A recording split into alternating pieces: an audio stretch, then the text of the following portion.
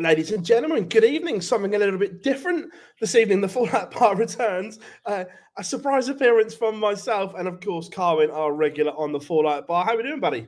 Yeah, not too bad, thank you. It's got a real international feel to it tonight. Obviously, with you being over there in the Netherlands, but no, an entertaining evening of dart. You could pretty much say a bit of a Rotterdam type of night, but yeah, it was a strange night, but yeah, I bombed it back to the hotel here in Rotterdam to do this. Dan and Cam can't be on tonight, but I'm going to throw it out there.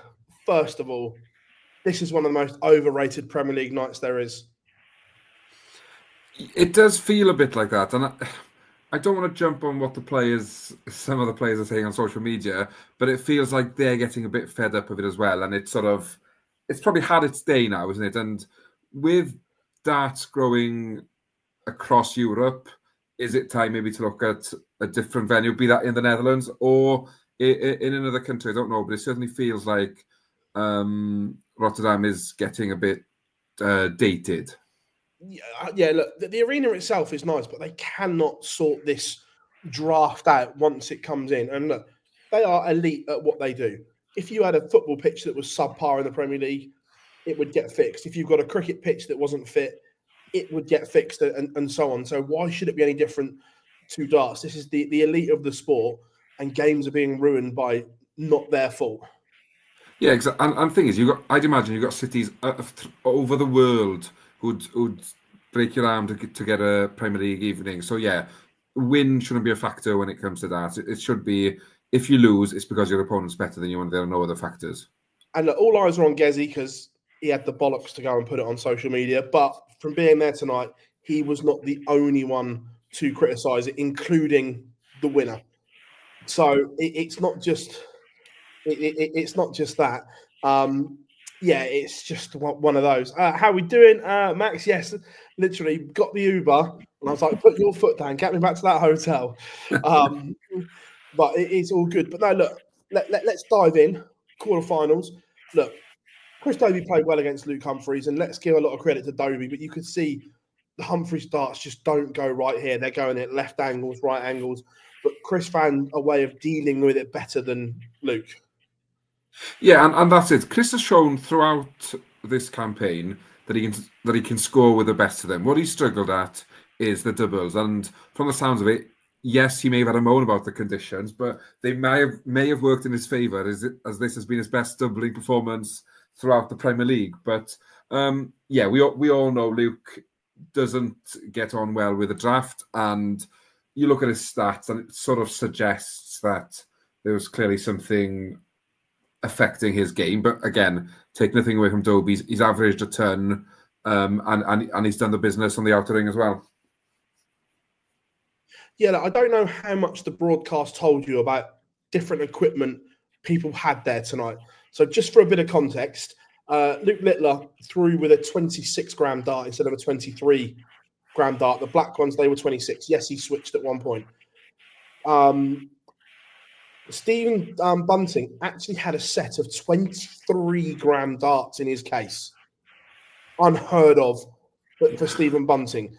Gezi tried to get an extra set of 25-gram darts going up a couple of grams, but couldn't get them here in time because he was already here. So the players were actively aware and concerned enough to have equipment. Bunting going up another 5 grams in his case. Littler 3 grams. Gezi, they were obviously all already thinking about this. I don't know what was said on the broadcast because we don't get the comms, but it was an interesting scenario. Yeah, we heard plenty of about Luke going up to 26, and Wayne Maddell even alluded to the fact he was tinkering with his throw. Now, I don't know if that was just because of the venue or if that's something he's sort of trying behind the scenes as well. But yeah, it certainly was made obvious then that Luke Littler had gone up to 26 grams. Yeah, so that was an interesting one. Game number 2. Again, Nathan Aspinall against Getter Price. Look, Gezi struggled. Nathan dealt with it better. But look, as we're recording this now, I don't expect to see Nathan in Munich this weekend. He has an injury problem which is nothing to do with old injuries. This is something he's done on the Pro Tour to his shoulder. You can't write it. Look, if anyone deserves a break, it is Nathan Aspinall. I say this is nothing to do with any old injury that he's had. This is a completely new one. So I fully expect him to fly home and get it sorted. And I'd imagine as well, with things having gone the way they did tonight, where he's gained on all of those really in the hunt for the top four, as in missing this weekend wouldn't be the biggest disaster in the world, would it? And if it's a new injury again, yeah, just you cannot make it up. You've got to feel for him, because it's just been one thing after another, and he's not doing much wrong. He's just not getting the sort of the rub of the green, is he? No, like 100%. But look, it was one of those ones where I think he prepped himself for that game. It was like, I'm giving everything to this game, because the levels between game one and game two, which we'll touch on in a minute, were night and day. But I think he literally painkillered up, get me through this game. This is the one I need to win more than any other. And that's exactly what he did. And as things have happened, yes, Price lost and conditions weren't great, but it's not been a disastrous night for him in the long run either, with how the other results have gone. So it's sort of an evening both players will have come out of maybe a bit frustrated, but at the same time, not the end of the world in a 16-week Premier League campaign. Correct. I hope I'm on double time. It's going to be more than that. Yes, Andrew, I am in Rotterdam. Sprinted back to Ubered it back to the hotel pretty quickly to get on the fallout bar, so we make sure we didn't miss out for you guys. The Stephen Bunting, Michael Van Gerwen quarterfinal is one that perplexes me, but also why we love the sport, because how this was 6-5, I had genuinely no idea, because watching it, Stephen Bunting completely outplayed Michael Van Gerwen, but somehow Michael was still in it come the deciding leg. Yeah, and it sort of sums up Stephen Bunting's campaign to an extent, where he's not done much wrong. He's just found a way of losing matches. And when it got to 5-5, you sort of feared the worst for him here again, because as you say, he should have been back in the players' room around the back, checking for more darts, relaxing before the semi-final. But MVG just clung on in there. And we all know MVG is nowhere near his C game at the moment. But if he'd have found a way to win this, it could have just been that catalyst to turn things around for him. But no, credit to Bunting, as in, for a player who's fighting for his life really in that Premier League, he got over the line and probably breathed a huge sigh of relief when that double did go in.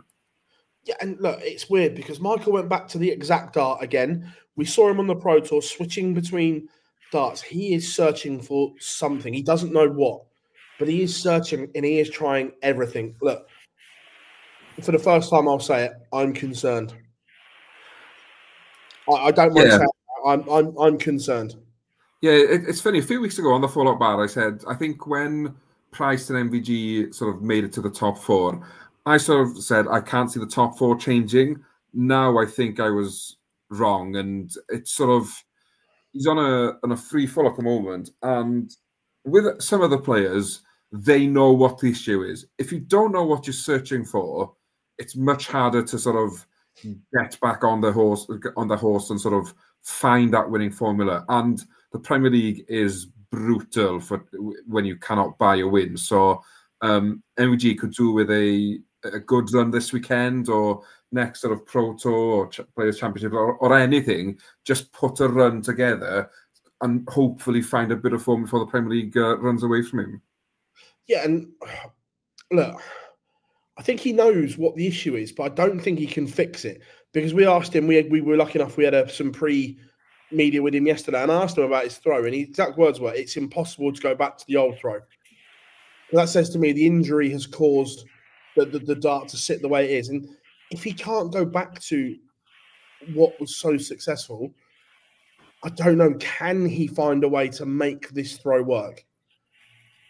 Because he's nowhere near it at the moment, is it? And it's interesting. Sky Sports did a feature on Dutch darts, and they mentioned MVG, and the way it was scripted, it sounded like he wouldn't win another major. It was as if they were talking about his glory days that are past him. And whilst that may be the case. I found it interesting the route they went down with him still still inside the top four, still there or thereabouts, but his game nowhere near what he needs to win a raffle, let alone a darts match at the moment. Yeah, 100%. And Matthew asked, "Do we see any MVG winning a night?" Absolutely not. No. I can see him. I can see him getting the throw right for one game, but can I see him in this current format playing well for 3 games in a night? I just can't see it at the moment. And for argument's sake, he may get lucky with a draw, and he may only have to face one of the big boys and so on. But I don't see him doing that. Like, if it went wrong, I don't see him beating Humphreys, Price, Littler, and so on. Do you know what I mean? I just can't see that happening. And I think the problem we've seen is he's won his first game, say, with a 97, 98 average, but then his semi-final is a drop-off to 86 to 90, and it's just nowhere near good enough to compete with the standard these boys are throwing at, let alone dream of winning a semi-final. No, 100%. And the final quarter-final, Luke Littler saved the best till last. That look, he wasn't his brilliant best, but every now and then he'd flick the switch and tease us, and the 1-4-5 to win it was just sensational, and he almost had no right to win it, but then he pumped the chest up and went, "I'm the world champion, I'm going to win it."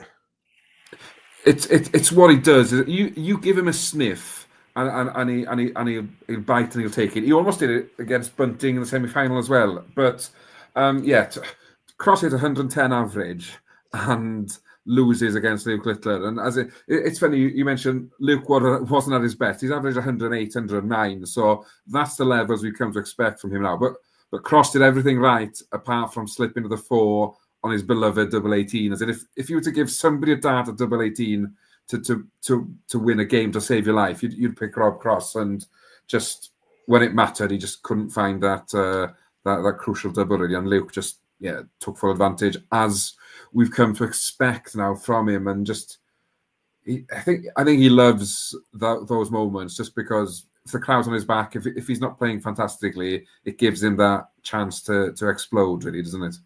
Yeah, we saw that the swagger was there. How are we doing, Salesman? Hope you are good.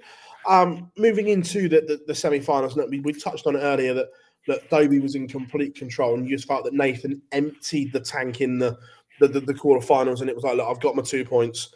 I'm going to be on the first flight home tomorrow to get this sorted out, and Dobie won it comfortably. Yeah, and it's interesting now that sort of knowing the extent of Aspinall's injury and stuff, and obviously with Cross, MVG and Price losing, 2 points for the night, job done in a way, and move on to next week. And as you say, he'll probably rest it up now, try and get it sorted. But taking nothing away from Dobie, hit 6 from 9 on his doubles, as in it's probably frustrating for him that he can't do that when his opponents are firing on all cylinders. But it's still more points as he's got himself back in just about to that race to the top 4 now. But hopefully it's nothing too serious for Aspinall. Yeah, and Bunting was in complete control against Littler. We saw a dart swap from Littler. He's done a Peter Wright. He's gone to the case and got the new World Championship darts out. Bunting then has a mid-match wobble, but then a brilliant last leg from the pair. It was a roller coaster of a game from dart 1 to final dart. Yeah, Littler's got a habit of going 5-1, 5-2 down and getting himself back into the game. And when it got to 5-all, he sort of feared the worst for Bunting, just because of the mentality of both players when they play each other. It seems to be Littler has his number, and you sort of feared for Bunting. He'd done all the hard work, getting 5-2 up, that his race was run, but no, credit where it's due was in. He dug in deep, and he really went for it in the last leg, and probably deserved the win for the way he controlled the early part of the game. But yeah, with Luke Littler, he's never out, and it's never an easy victory. But no, it was. It's funny how that win a few weeks ago for Bunting has just changed his outlook on the entire tournament and the way he's playing in it. Yeah, and the final again, you feel that Bunting emptied the tank in that semi-final, that quick turnaround, and he was never really in the final. Dobie got in front early, just kept him at arm's length and never really gave him a chance to get back into it at any point. No, that was it. And the key legs, Dobie won all of those to just take control. And once he was sort of 3-1, 4-1, you expect, the way he was playing tonight, you'd expect him just to hold his own throw and not have to do anything special on the bunting throw to get over the line. And to be fair, he was probably the most consistent player of the night, and fully deserved to get in that winning circle and get his first night win of the campaign. Yeah, and look, the table is now interesting. Littler away, don't worry about them, 30 points. Humphreys, 23. I would expect that to be enough. Nathan Aspinall now on 17. He's got 2-point gap between Gerwyn Price and Michael Van Gerwen. Price, because of that leg difference, there's a 14-leg swing between Price and Van Gerwen at the moment. The plus point for Michael is he's level on points, that if he can beat Price, then that leg difference might not matter. But at the moment, a big turnaround. And now all of a sudden, that you've got Dobie on 12, Cross on 12, Bunting on 8.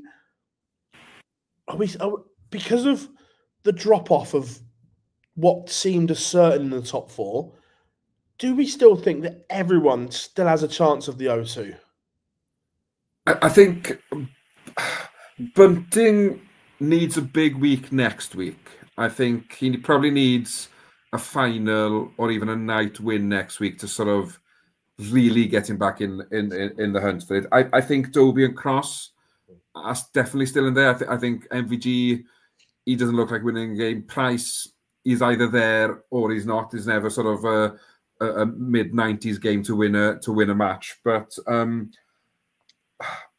before you mentioned Aspinall and this new injury, I actually fancied him to sort of pretty much be nailed on for top 4, depending the extent of this injury now, how that plays into it. But I certainly think 3rd to 7th are still fighting for top 4, and with a caveat that if Bunting get a night win, he's back in it. Yeah, chat room, what are you saying? Could Stephen Bunting on 8 points still get to that 4th spot, or is it just 7 to 3 that are competing? And Nico, I am in Rotterdam, my friend. The winner's interview will be done. I've done it. I've got it in the can. I will edit it as soon as we're done with the full lap bar. But look, overall, Rotterdam, how would you, if you're rating it out of 10, what are you giving it overall?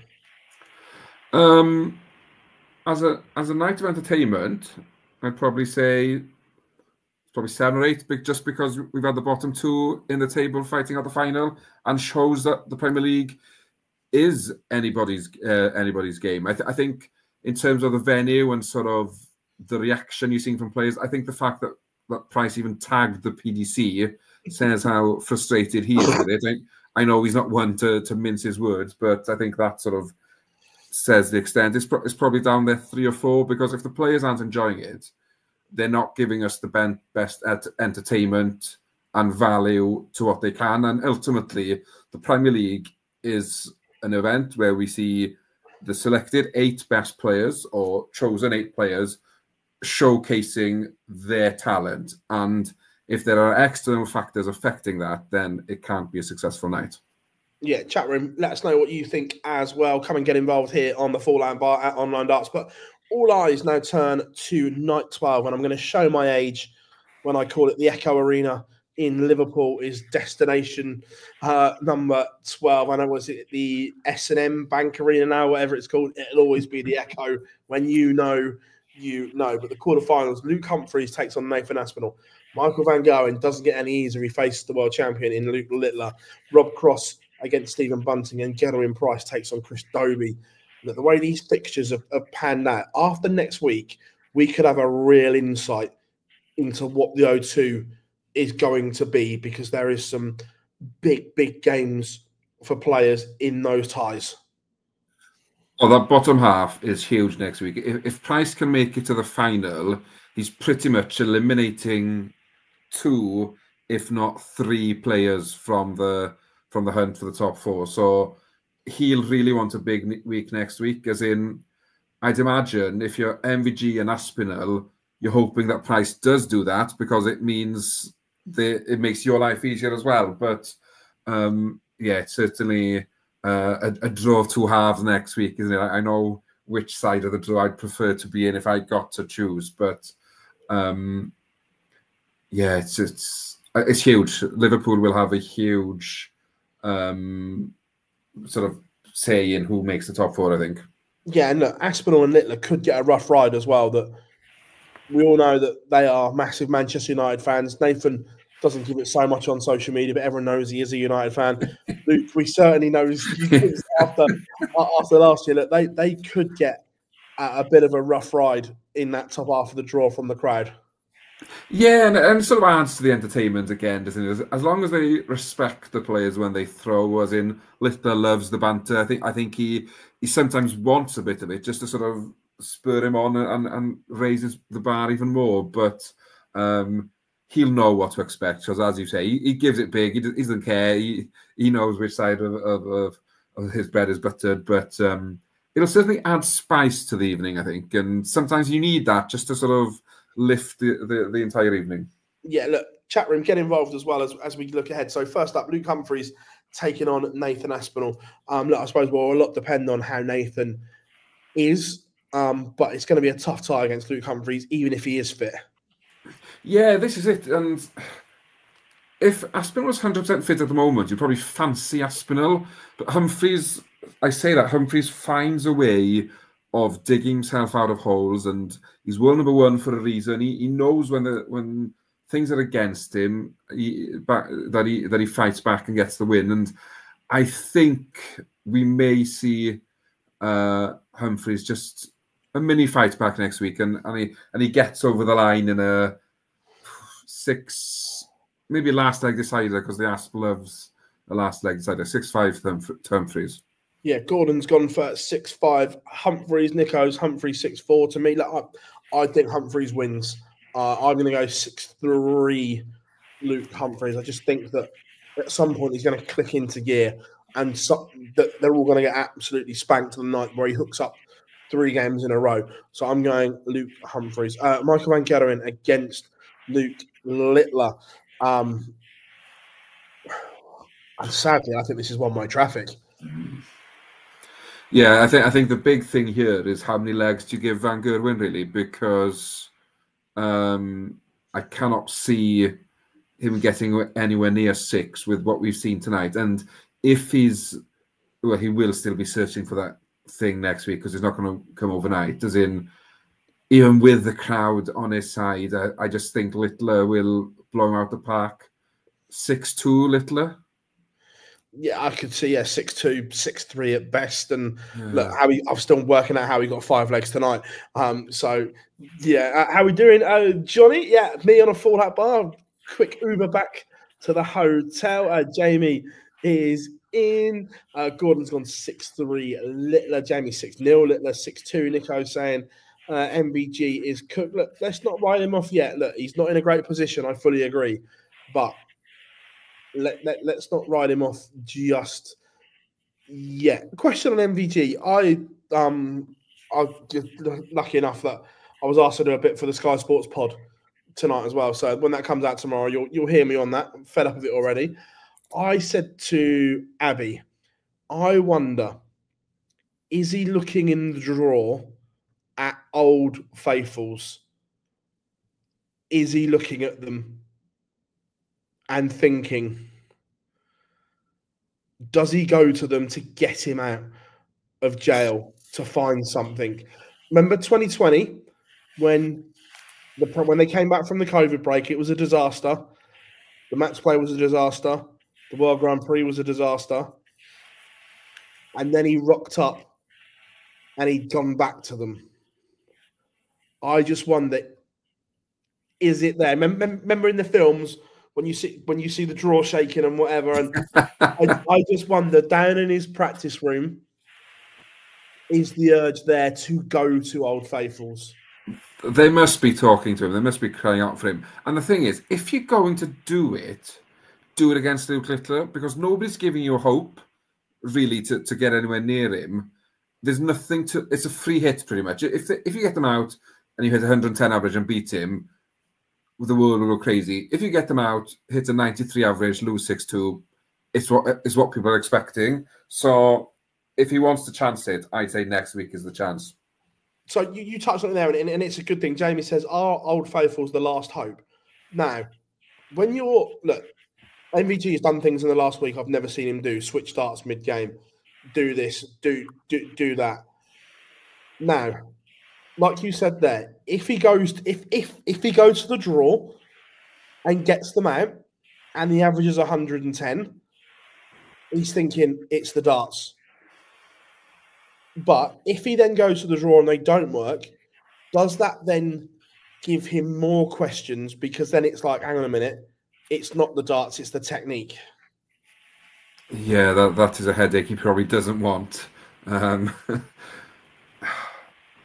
I think going back to them is also a sign of desperation, that it's in his head then as well that the current setup isn't working and he's solely blaming the darts. But if it isn't the darts, as you say, then there's an even deeper problem. And you're looking sports psychologist, or you're looking something then to sort of get it out of your head that something's gone wrong, because you don't lose it overnight. I know he's had his injuries and what have you, but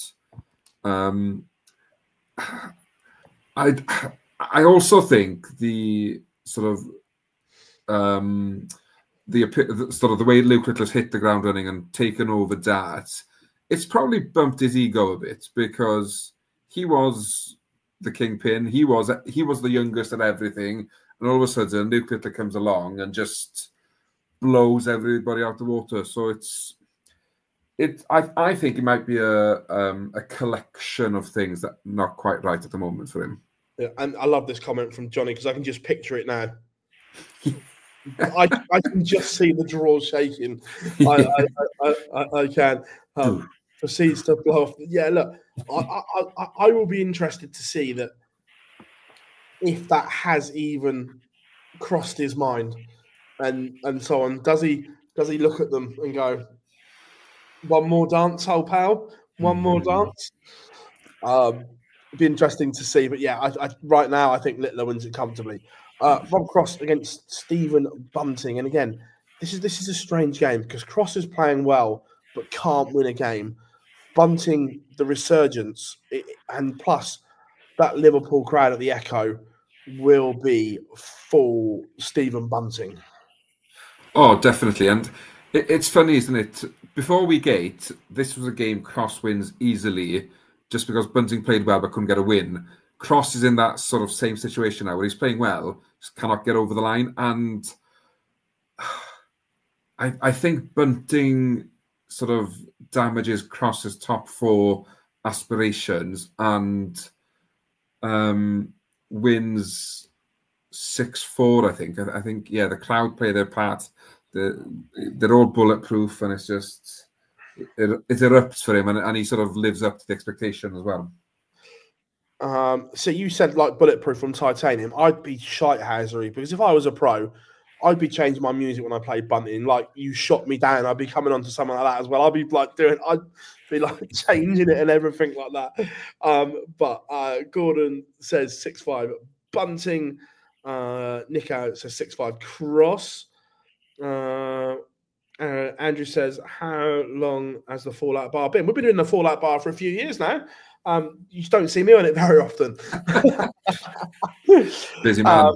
Yeah. But yeah, I think Stephen Bunting wins this. Only go 6-4 to the bullet, I think.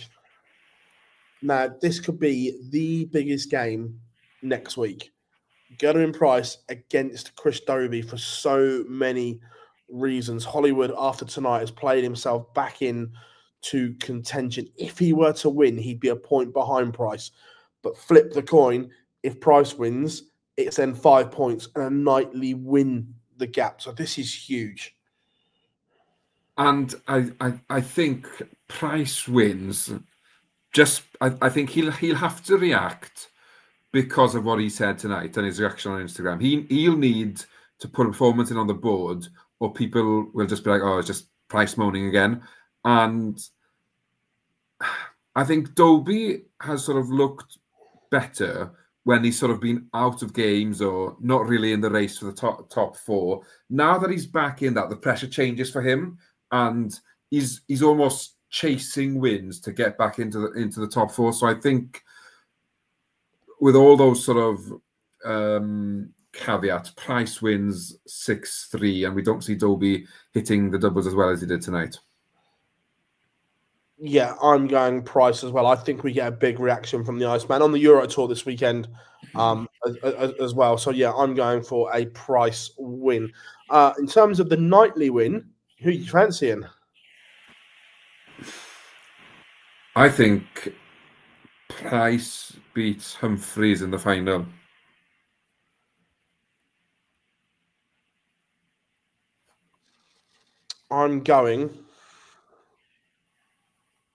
I think Price wins as well. I like apart from tonight, I like what I've seen from Gerben Price recently.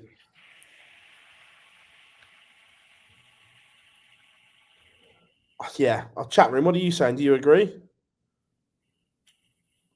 I just feel that in the Luke semi-final, the crowd sort of not play their part, but it gives Humphreys that lift to get past Littler.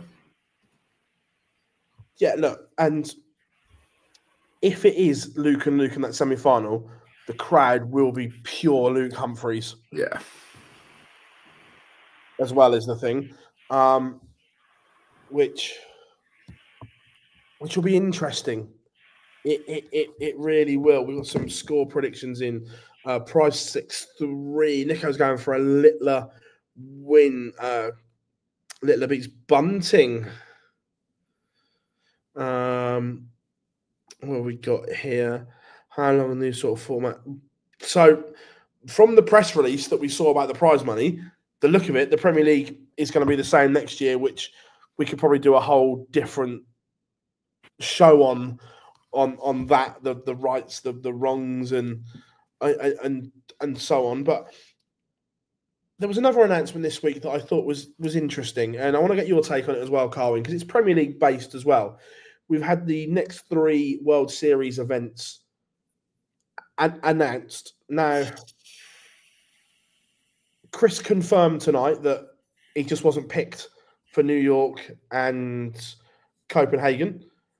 He was like, no, they haven't picked me, and it is what it is.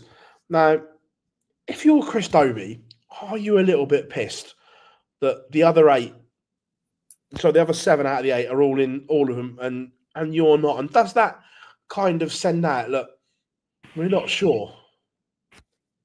Yeah, it's a horrible way to do it, as in personally, and this might sound controversial, but the way he's playing, I wouldn't have picked Michael. I'm sure they'd argue he still sells tickets across the world, but as a World Series event where, again, you want to showcase the best players playing at the moment in darts, I don't think you pick Michael. I also think maybe you use this as an opportunity to sort of breed in maybe future Premier League players, as in Josh Rock, for instance, playing very well at the moment. Give him a shot on one of these World Series events. See how he gets on, see how he copes with it, because that's the only way we'll know where the next sort of class of Premier League players come from. As in, and yeah, I think it's wrong that they picked the 7 or the 8. It does get a bit samey and a bit boring, and I know you could argue it's a different audience with the fact that it's on a different broadcasting channel, but I personally would have liked to see a few more different faces. Obviously, delighted to see Johnny Clayton being picked. I think he's playing well at the moment and deserves that shot. But I don't. Yeah, there's a few more. I think young players who probably deserve an opportunity. I agree. I'm pleased to see Damon getting a shot, and I've said this for a while that this whole World Series has just become an extension of the Premier League. Yeah. That they didn't need you 4 are going here. They didn't need to send all 8 to all of them. Like, you 4 are going here. You 4 are going here. Different carnation. You 4 are going there. You 4 are going there, and then you can put 4 rising stars or 4 we're going to have to look at in every other event. Oh, definitely, and it just makes it a bit more interesting for the viewers, be that at home or at the venue, because you want to see different players. You don't want to see the same faces week in, week out. And the World Series, I think, is losing a bit of its credibility with the fact that they've gone so heavily with the Premier League players in each event so far. All I will say, spoiler alert, you may see some changes for Australia and New Zealand. You heard it here first, folks. But yeah, look, it's been interesting. That everyone, thank you very, very much for sticking with us this evening. I'll say we're a little bit short on numbers tonight, so I've bolted back from the hotel to get on and do the Fallout Bar with you as always. Carwyn, one of the staples of the Fallout Bar. Fingers crossed you won't see my ugly mush next week, but you never know.